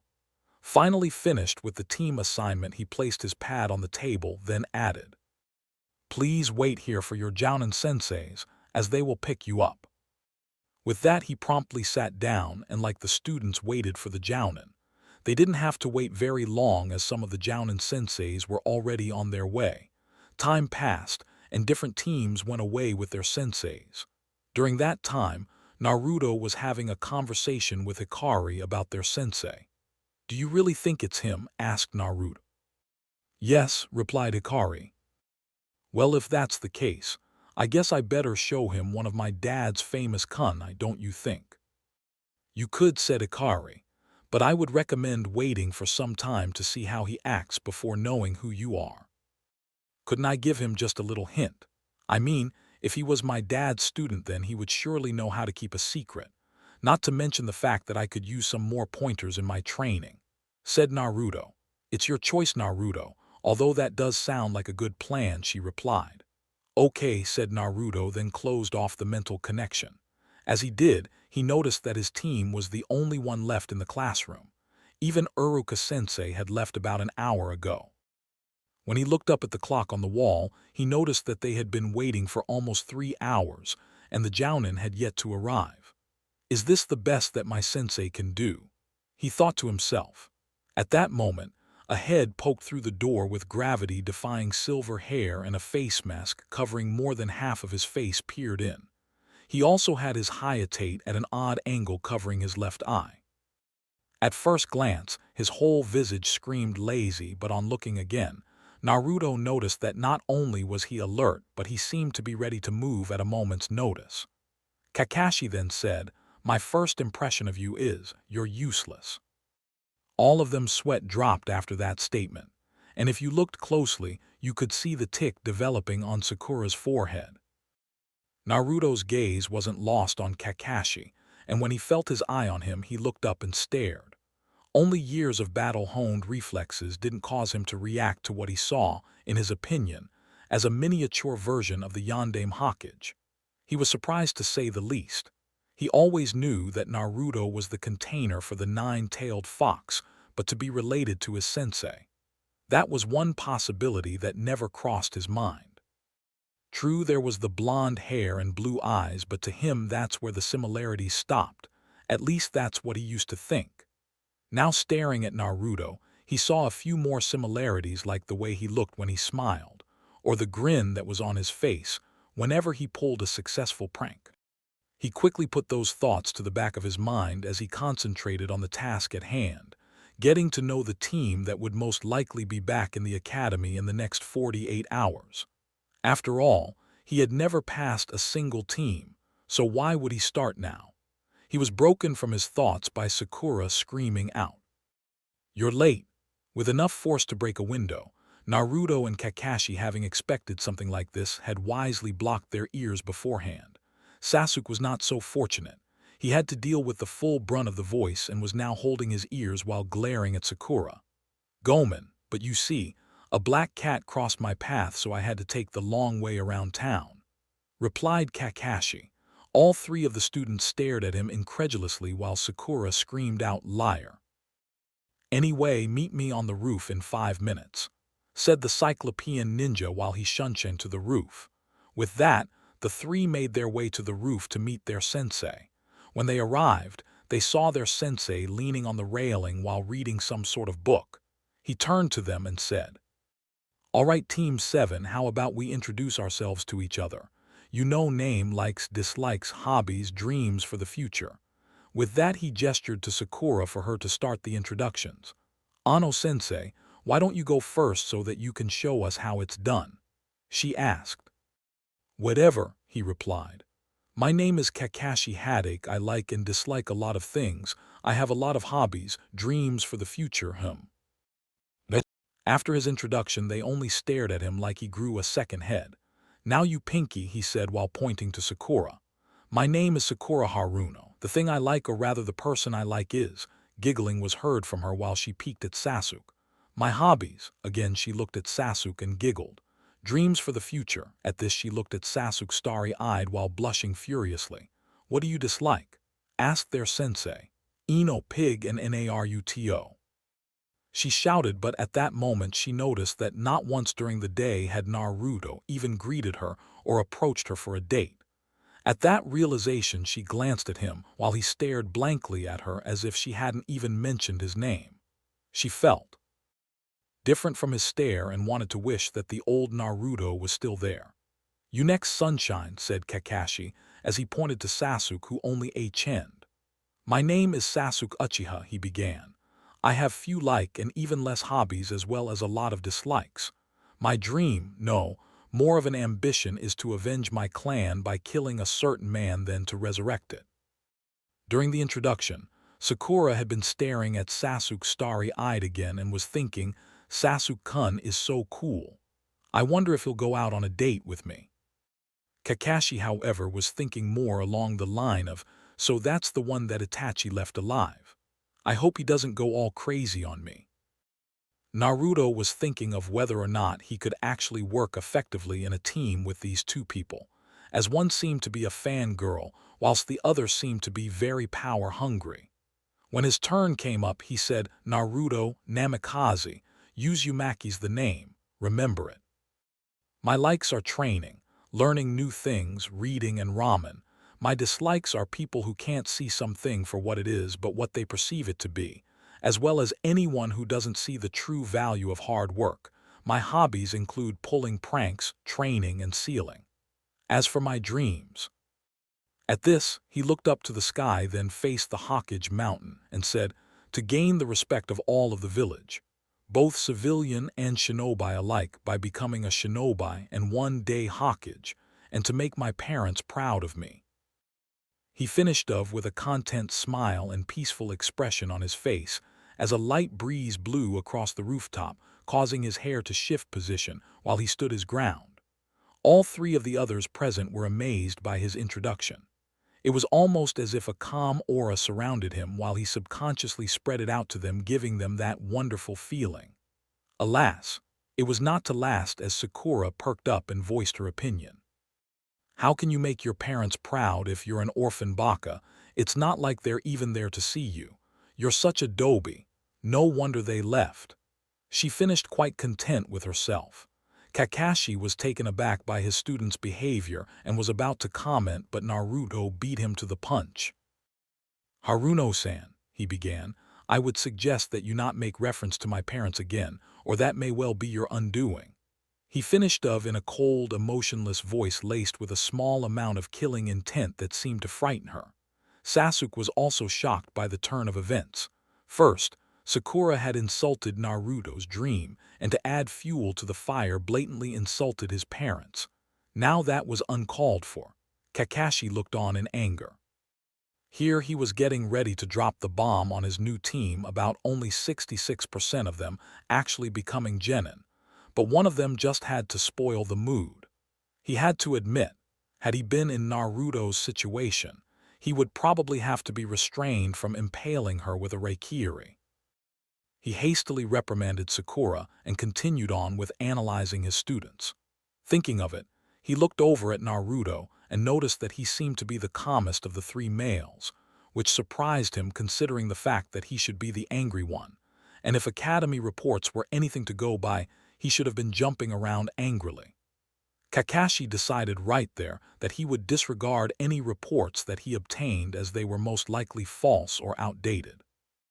Glancing at him a second time, he managed to notice the tightly guarded anger in his eyes and mentally applauded the boy for such an accomplishment. To Sakura, it was strange. All she had done was repeat what her mother had told her, and they were all angry at her. She had always told her that Naruto would never amount to anything and his parents had abandoned him as a result, that his mere existence was a disgrace to the people of Konoha, so he was an outcast. Was she wrong? Her mother was a member of the Civilian Council of Konoha, so whatever she said was right. And what was that feeling that she had gotten when Naruto looked at her with those cold blue eyes, like she should escape if she wanted to survive? Strange. Unknown to her, she was currently a member of a team where all of the males knew what it was like to be an orphan, so speaking to Naruto in such a way struck deep down into the other two. Before the mood could get any worse than it already was, Kakashi stood up and cleared his throat to catch their attention. "Well, now that everything is under control, let's continue. Now that you have been assigned a team, we will be meeting tomorrow for a special bonding activity that only the four of us will be taking part in. Survival training," said Kakashi. "Survival training," repeated Sakura. "Yes. This test will determine whether or not you become true genin or will be sent back to the academy." Kakashi could hardly hold back his smile as he saw the shocked looks on Sakura's and Sasuke's faces. Naruto, however, just looked on with an interested expression. So he continued, "You see, out of the 10 genin teams, only 3 of them will move on to be genin. This test has a 66% failure rate, and all failures will be sent back to the academy. So you will have to meet me tomorrow at Training Ground 7 at 7 a.m. to undergo your test." With that, he was about to leave, but turned back and said, "Oh, and if I were you, I wouldn't eat breakfast unless you want to throw up." He then turned around, then waved goodbye before vanishing in a swirl of leaves. The rest of the team stayed put for a while before Naruto stood up and said, "Uchiha-san, Haruno-san, you would do well to disregard his advice on eating breakfast." With that said, he turned and walked away to his usual training area. Sakura quickly turned to Sasuke and said, "Sasuke-kun, would you like?" She was immediately cut off by Sasuke cutting her off by saying, "If I ever hear you disrespect Naruto in such a way again, I will personally deal with you. You know nothing of living half your life as an orphan, much less your entire life. You grew up with both your parents, yet you disrespect someone else's. What would you do if you were in his position, huh? Tell me." Sasuke didn't know what caused him to lose his cool like that, but in his opinion, she deserved it, especially when he thought of that one time after he had lost his family. He was all alone sitting at the pier when Naruto passed by. He was very downcast that day, but when he saw Naruto, no words were exchanged, but his mood lifted gradually. It was like there was that unspoken bond between them that they developed. Almost like brothers, they would try to outdo the other and be at each other's necks just for the fun of it. And to see Sakura make fun of Naruto in such a way made him bristle with rage, especially when he was an orphan too. "You should think before speaking, Sakura. It'll help us in the long run."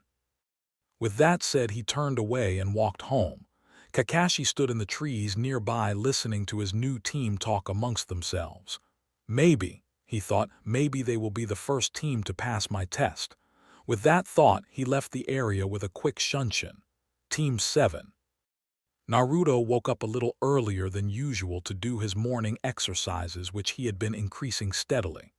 Upon completion, he had a healthy breakfast, then started to training ground 7. As Naruto made his way to training ground 7, he thought of his team, or what would be his team if they passed their sensei's test. Sasuke is a very capable shinobi and can hold his own against all of our classmates, seeing as he was the rookie of the year of our class. Sakura, on the other hand, is an almost hopeless case unless she gets rid of that fangirl mentality. As far as I could tell, she has about 30 times less chakra than me and 7 times less than Sasuke. The books and scrolls that I read from the library say that persons like this have the potential to become very efficient medic nin, since they often have a high level of chakra control. Guess I'll tell that to Kakashi-sensei sometime later on. He stopped his trend of thought when he arrived at the designated training ground 10 minutes before the appointed time. While waiting for his teammates to arrive, he entered a light meditative stance and began conversing with Hikari. "Oi Hikari, you there? Where else would I be?" She responded in an amused tone. Well, I was thinking, do you think that using one of my dad's kunai today would be a good idea? I mean, I hardly know the guy." There's only one way to know Naruto, and that is to test him. So during that test of yours, just check his reaction to you when he notices the kunai. "Okay, Hikari, thanks for the advice." "No problem, Naruto." With that, he stopped meditating and opened his eyes to find his two teammates, Sakura and Sasuke, staring at him. Quickly checking the time, he noticed that it was the scheduled time for their team meeting. "Haruno-san, Uchiha-san," he said. "Chen," replied Sasuke, while Sakura waved a bit put out that Naruto addressed them by their surnames. "Would you like to join me while I do some training?" he asked. "It seems that our sensei may be late, if yesterday was any indication." The two other didn't reply, so he left them and went over to a clearing and created about 10 clones. He then ordered them to practice the kunai balancing exercise to further refine his chakra control, having mastered both tree and water walking to a sufficient degree. While the clones were practicing chakra control, he approached a nearby tree and began a series of kicks and punches with each leg and hand in intervals of 200. Unknown to him, both his teammates were looking at him and were amazed that the dead last of their class was actually training. Although they had seen his new clothing, They just thought it was a fluke and began a revaluation of their teammate. Neither of them, however, took up his offer for training with him. This was the scene that Kakashi was greeted with as he suddenly poofed into the clearing 2.5 hours later with his regular reading material in hand. Ika Ika Paradise. Yo, he said. Without warning, Sakura turned towards him and screamed out, "You're late." Kakashi had to stick his pinky into his ear to clear his auditory canal. "Well, you see, a black cat crossed my path, so I had to take the long way to the training ground," replied a near-deaf Kakashi. "Liar!" shouted Sakura while Sasuke settled for a death glare to their sensei. Naruto, on the other hand, simply dispelled his shadow clones. The training that Naruto had been doing was not lost on Kakashi, as he had seen him training from the moment he entered the clearing. So it seems that he learned the secret of the cage bunchin, something that not even I can use to the fullest, thought Kakashi with a smile. When Naruto finally arrived, Kakashi began the explanation of their survival training. "Okay, team," he began, "today we will be doing a test that will determine whether or not you become genin." At this, Sakura and Sasuke visibly stiffened while Naruto's looked on. After all, he had been expecting this for the wealth of knowledge he acquired. "In my hand I have 2 bells. Now you are going to try to take these bells by any means necessary. Come at me with the intent to kill, or you won't make it. Whoever does not have a bell by noon will not have any lunch and will be sent back to the academy," he finished with a grave voice. Kakashi then removed an alarm clock and set it for noon, then placed it on a tree stump. After soaking in everything, Sakura spoke up. "But sensei, there are only 2 bells, and won't we hurt you?" "Yes, Sakura," he replied, "at least one of you will be sent back to the academy, but I doubt you could even touch me." Sakura and Sasuke paled while Naruto's eyes were closed tightly as if in deep concentration. With that said, Kakashi said, "When I say Gyo, you will begin." As soon as he completed that statement, a kunai flew towards him at an incredible speed, but he simply caught it as if it was nothing.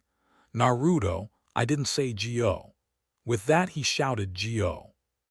Immediately, all 3 of the students immediately vanished from the clearing, leaving Kakashi to his own devices. He quickly pulled out his favored reading material and walked into the tree-shaded area while jingling the bell. In another part of the forest, Naruto stood on a branch while silently processing all of the information that he had at his disposal. "Okay, let's see.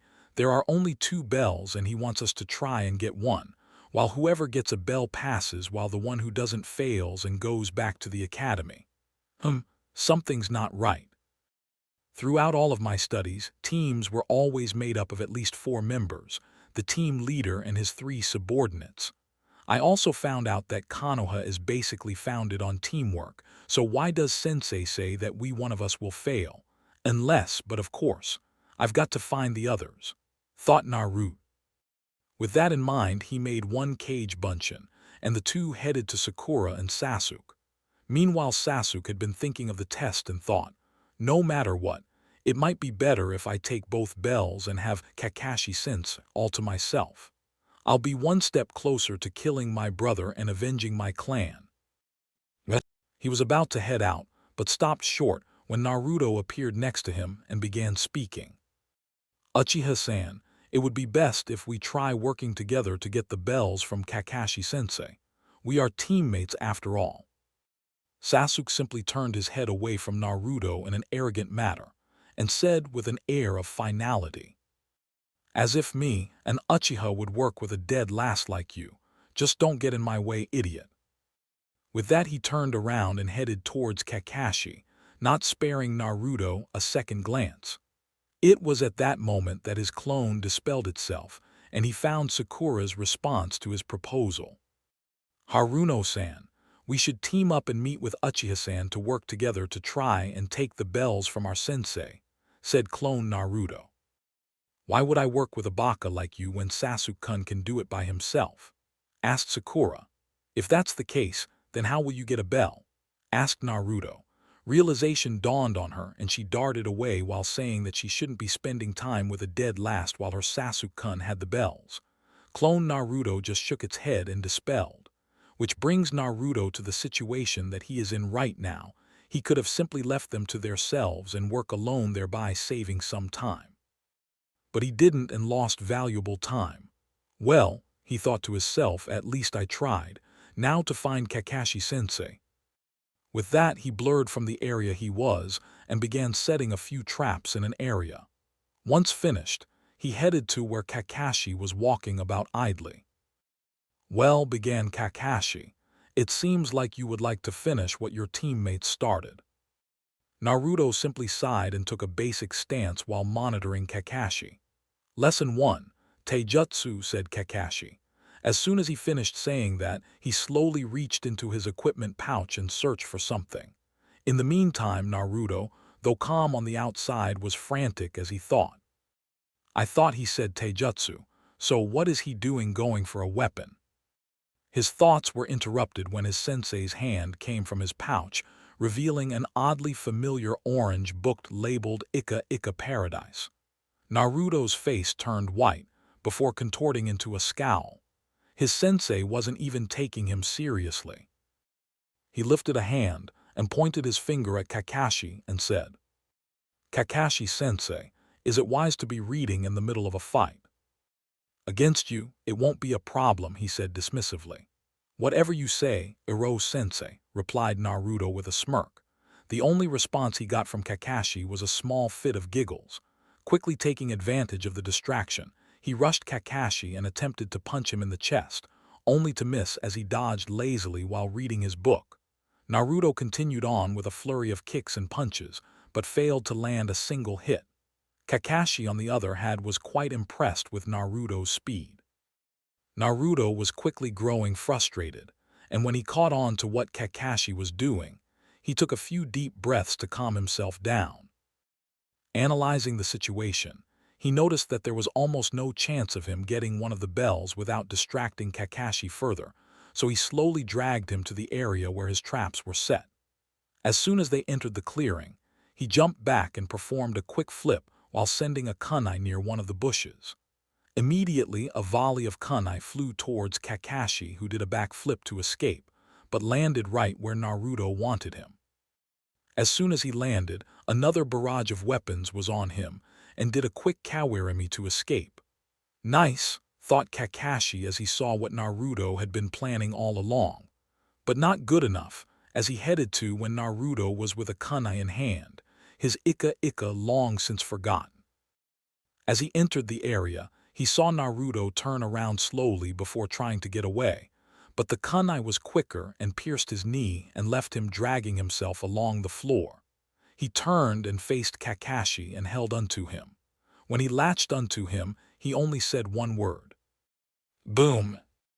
Kakashi's visible eye widened when he heard that word, as well as the telltale signs of an exploding tag being detonated. A quick shunshin was what saved him. As soon as he landed, a volley of shuriken once again headed his way, and this time, he pushed chakra in his legs and jumped to avoid it. Once in the air, he thought, okay, I'm home free, only to change that opinion when he heard a grunt from above. Quickly turning around, he saw Naruto with a smile on his face as he sent a kunai towards him while running through a few hand seals and shouting kunai kage bunshin no jutsu. Once again, Kakashi was at a loss for words. His blonde-haired student had surprised him yet again by thinking not only steps ahead, but luring him into a trap that he had fallen for.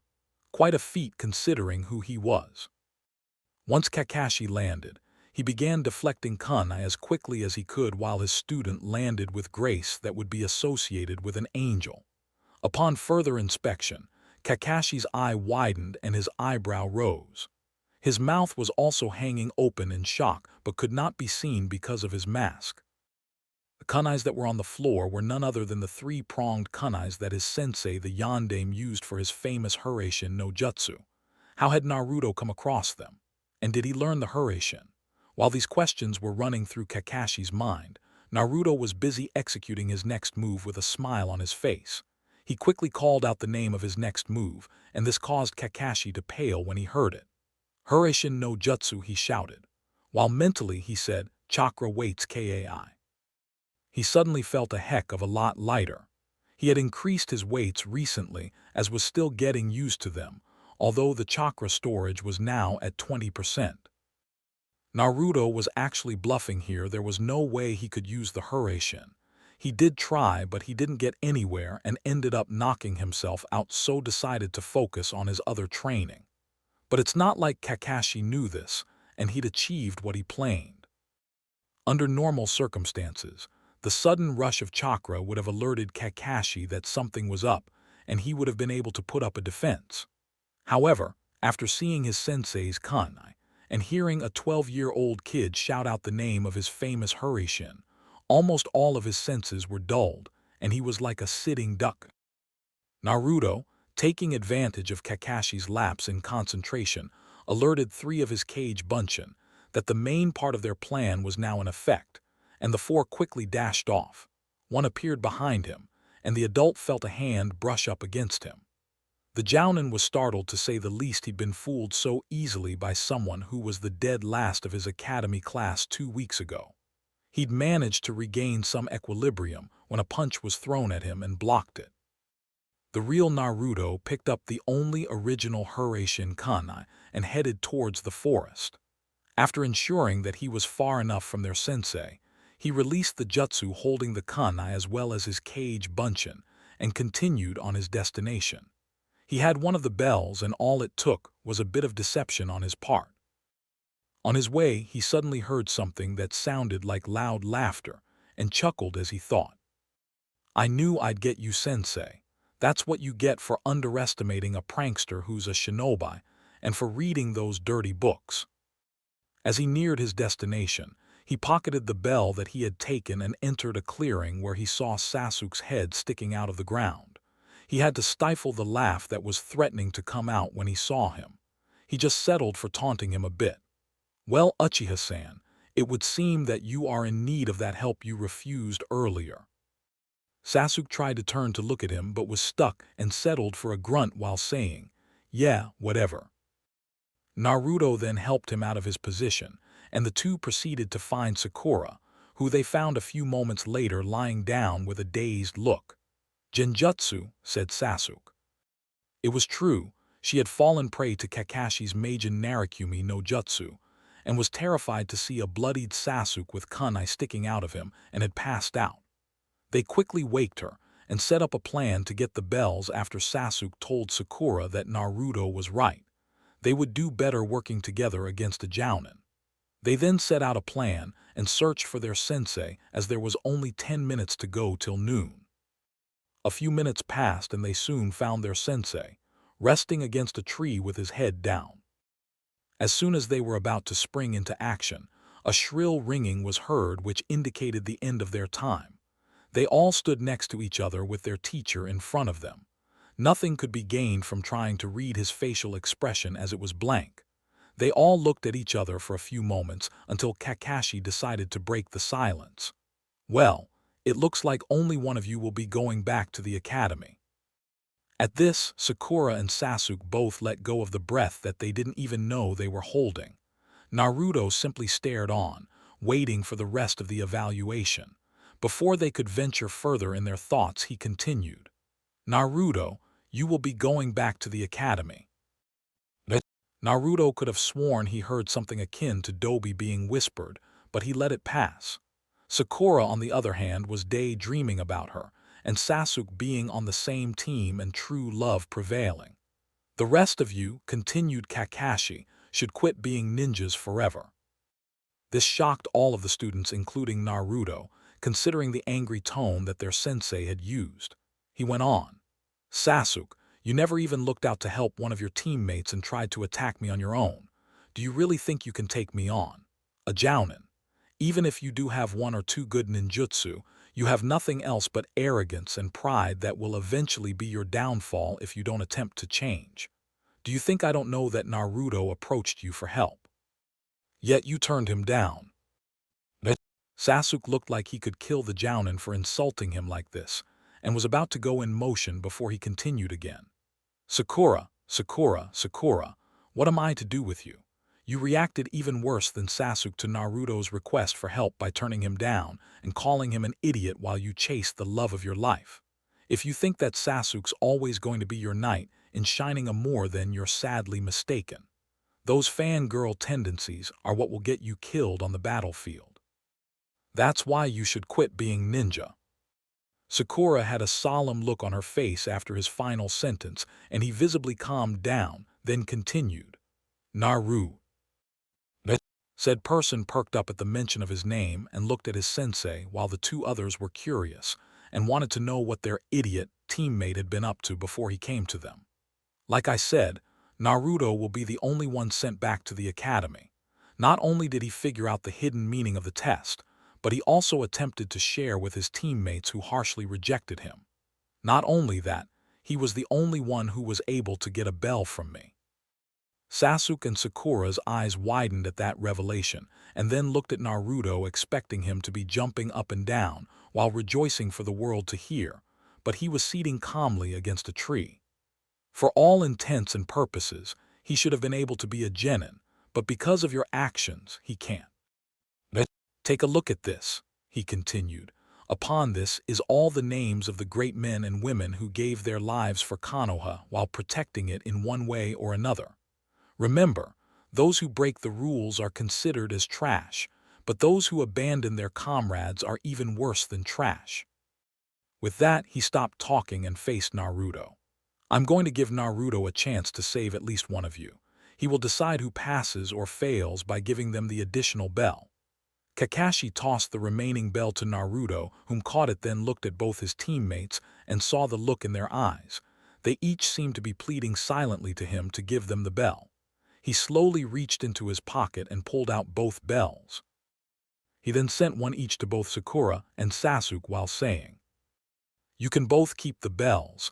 I don't want to be on a team where one teammate would probably kill me to impress the other, and the other wouldn't care even if the rest of his team died. Might be better spending another year at the academy if this is what I have to look forward to." He was about to leave, but was stopped by a hand on his shoulder which belonged to Sasuke. He said, "You know, I thought you were just goanna give it to me cause I'm the last Uchiha. If that's your reason for it, then it's me that should be spending some more time at the academy, not you." While extending his hand to Naruto to give him the bell he had thrown him earlier. Sakura also stepped forward with an outstretched hand and continued, "If we had listened to you from the start, we might have been able to make a great team.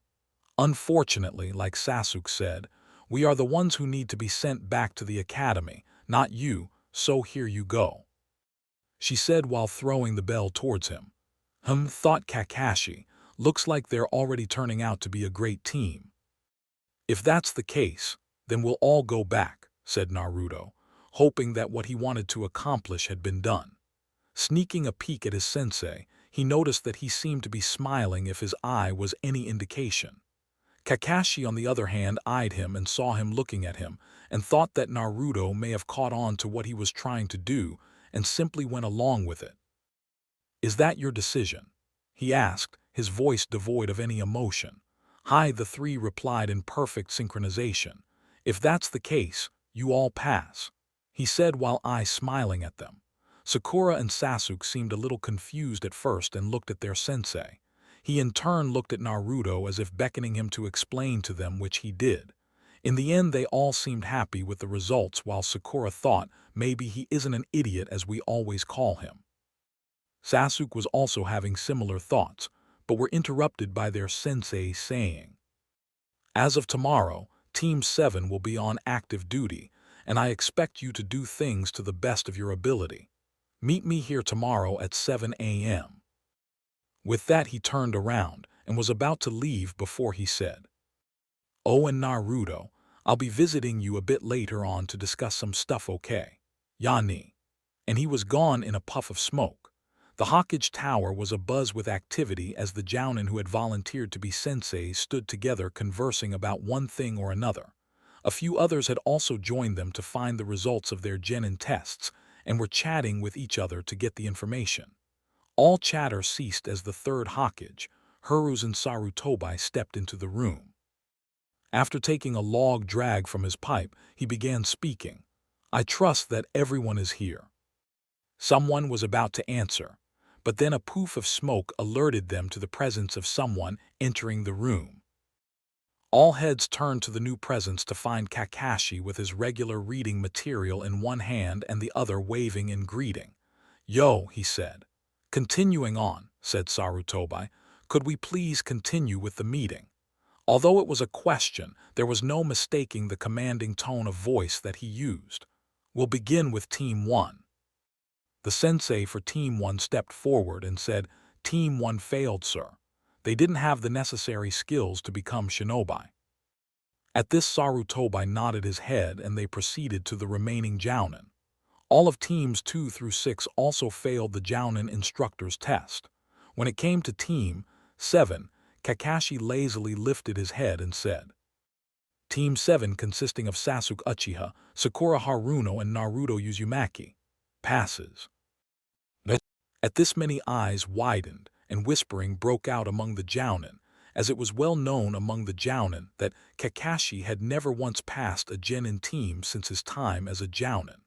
One voice arose among all the others saying, Yash, Kakashi, my eternal rival, your youthfulness knows no bounds.